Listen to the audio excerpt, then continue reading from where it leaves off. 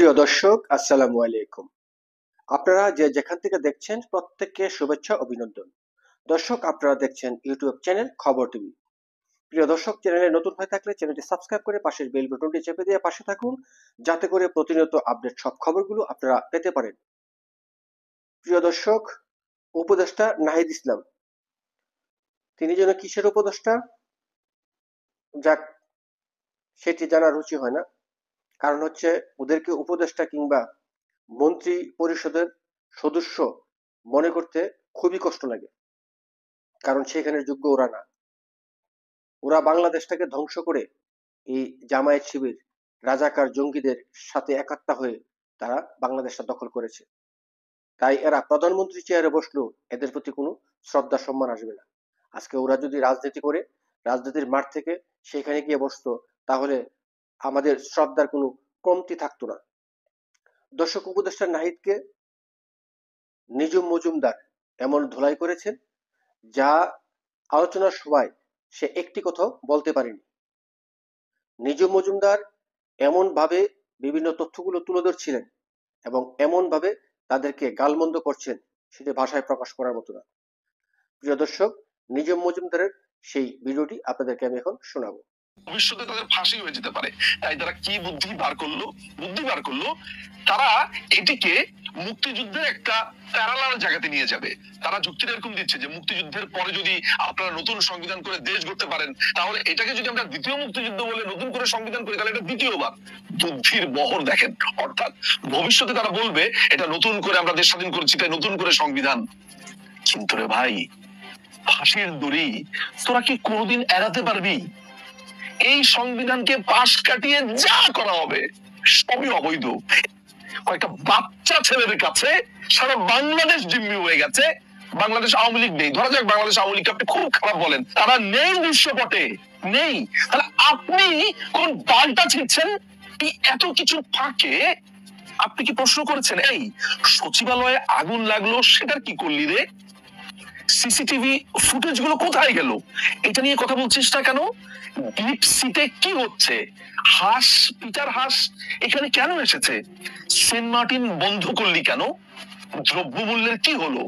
দিল্লি না ঢাকা করলি, তাহলে ভারত থেকে তুই চাল আনছিস, মেট্রো রেলের কার্ড বানাচ্ছিস, তাহলে আমাদেরকে ভুজুং ভাজুং দিচ্ছিস কেন রে? এই দখলের 5 মাস পার হয়ে যাবার পর হঠাৎ করে এই চোর বা এই জঙ্গিগুলোর ধুম করে মনে পড়লো যে আরে আমরা তো 5 মাস আগে একটি কথা বলিনি, এখন বলবো।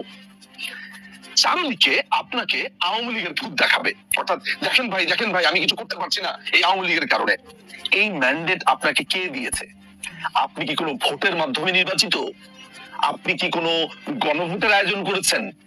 বাংলাদেশের কত শতাংশ মানুষের মতামত আপনি নিয়েছেন? জেলা, উপজেলা, ইউনিয়ন, গ্রাম, মহকুমা, কোন পর্যায়ে গিয়ে আপনি পাবলিকের মতামত নিয়েছেন যে আমরা সংবিধান 72-এর সংবিধানকে বাদ করে দিব, আমাদের নতুন সংবিধান আনবো? সেটার মতামত আপনার আছে? আপনি নেননি। বাংলাদেশকে পাকিস্তানিকরণ প্রায় সম্পূর্ণ হয়ে গেছে। এটি এখন বোধ করি আর বাংলাদেশ নেই, এটি পূর্ব পাকিস্তান কিংবা পাকিস্তানের একটি অঙ্গরাজ্য হয়ে গেছে বলে আমাদের কাছে এখন মনে হচ্ছে। এই দেশ দখল হয়ে গেছে, ইউনুসের অধীনে চলে গেছে, ইউনুসের এনজিওর অধীনে চলে গেছে। এই দখলের 5 মাস পার হয়ে যাবার পর হঠাৎ করে এই চোর বা এই জঙ্গিগুলোর ধুম করে মনে পড়লো যে আরে আমরা তো 5 মাস আগে একটি কথা বলিনি, এখন বলবো। তারা করলো কি, গত 2 থেকে 3 দিন আগে হঠাৎ করে সম্মিলিতভাবে তাদের যে সাঙ্গপাঙ্গ আছে সবাই মিলে ঘোষণা দিল যে আমরা 31শে ডিসেম্বর আমরা একটি ঘোষণা দেব। খুব কায়দা করে সেটির নাম দিয়েছে প্রোক্লেমেশন অফ জুলাই রেভলিউশন। তারা জুলাইয়ের ঘোষণাপত্র পড়বে, নানান ধরনের ঢাক ঢোল বাজিয়ে তারা এটা বললো। 5ই আগস্টের পর থেকে এই গন্ডারগুলো বাংলাদেশে পুরো সপ্তাহ জুড়ে এমন একটা অবস্থা তৈরি করে রাখে, আপনি এদের ভাবতে না চাইলেও, এদের আপনি পাত্তা না দিলেও কোনো না কোনো ভাবে এরা আপনার সামনে এসে পড়ে। যেমন কোনো মানুষ তার মজুরির জন্য আন্দোলন করছে, এরা নাম দিয়ে দিয়েছে গার্মেন্টস লীগ। রিক্সাওয়ালারা ব্যাটারি চালিত রিক্সার জন্য আন্দোলন করছে, নাম দিয়ে দিয়েছে রিক্সা লীগ।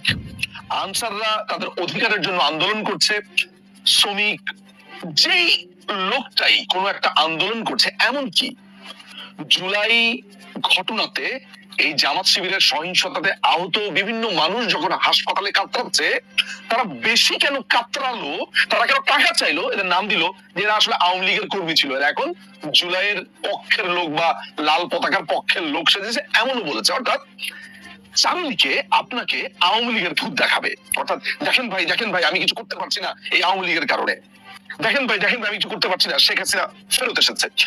নানান ভাবে আপনাকে আওয়ামী লীগের ভূত দেখাচ্ছে, আওয়ামী লীগের গল্প আপনাকে বলছে, আর তাদের মুখের মধ্যে তো আছেই ফেসিজম, ফেসিস্ট, নানান ধরনের কথাবার্তা।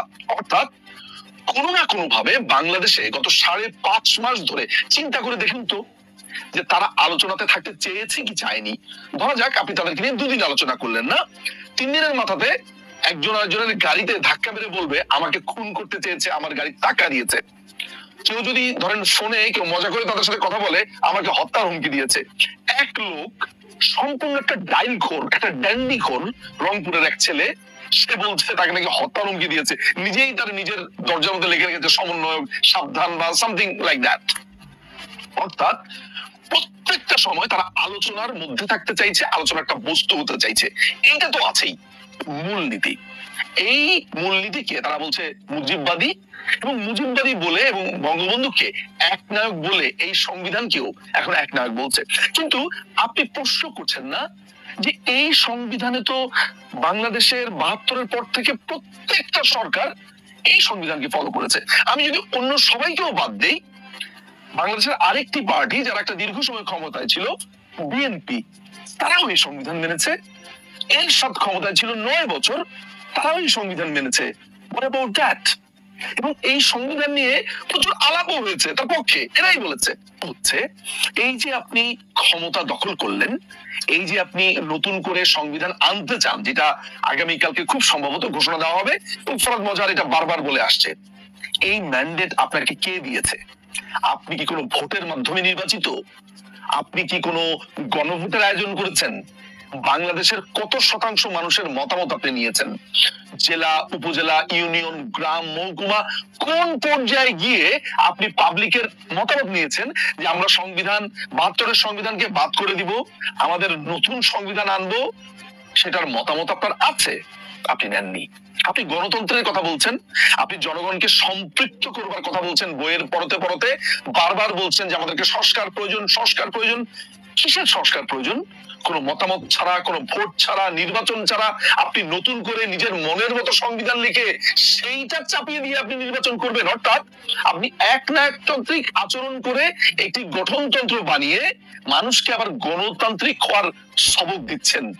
এটাই হচ্ছে ইউনূসের বাহিনী, এটাই ফরাদ মজারের বাহিনী। মজার ব্যাপার হচ্ছে তারা বারবার বলছে এটি একটি ফ্যাসিবাদী সংবিধান, ফ্যাসিবাদী সংবিধান। আপনি যদি এই বইটা পড়েন, হাস্যকর ভাবে আপনি দেখতে পাবেন সেখানে রাশিয়ান যে রুশ বিপ্লব, রাশিয়ান বিপ্লবের পর লেনিন ওয়ান পার্টি গঠন করেছিল, অর্থাৎ সেখানে কমিউনিস্ট পার্টি ছাড়া আর কোনো পার্টি ছিল না, একটা মাত্র পার্টি। সেই পার্টির কথাই সবাইকে শুনতে হবে, বলশেভিক, তাদের কথা শুনতে হবে, তাদের কথা জানতে হবে, এবং এভরিথিং। সেখানে কৃষি বিপ্লবের কথা হচ্ছে, যে কৃষকদের কথা শোনার কথা বলা হচ্ছে, সবই করেছে এক নায়ক ভাবে। সেই ফ্যাসিজমের উদাহরণ দিয়ে আপনার এই পুরো বই ভরিয়ে ফেলেছে। মাও জেদুং এর কথা বলছে, আরেক ফ্যাসিস্ট একটা লোক, সেই মাও জেদুং, সেই লেনিন, তাদের উদাহরণ দিয়ে আসছে। আবার কথায় কথায় ফুকো ঝাড়ছে, কথায় কথায় আপনার নানান দার্শনিকদের কথা বলছে, প্রত্যেকেই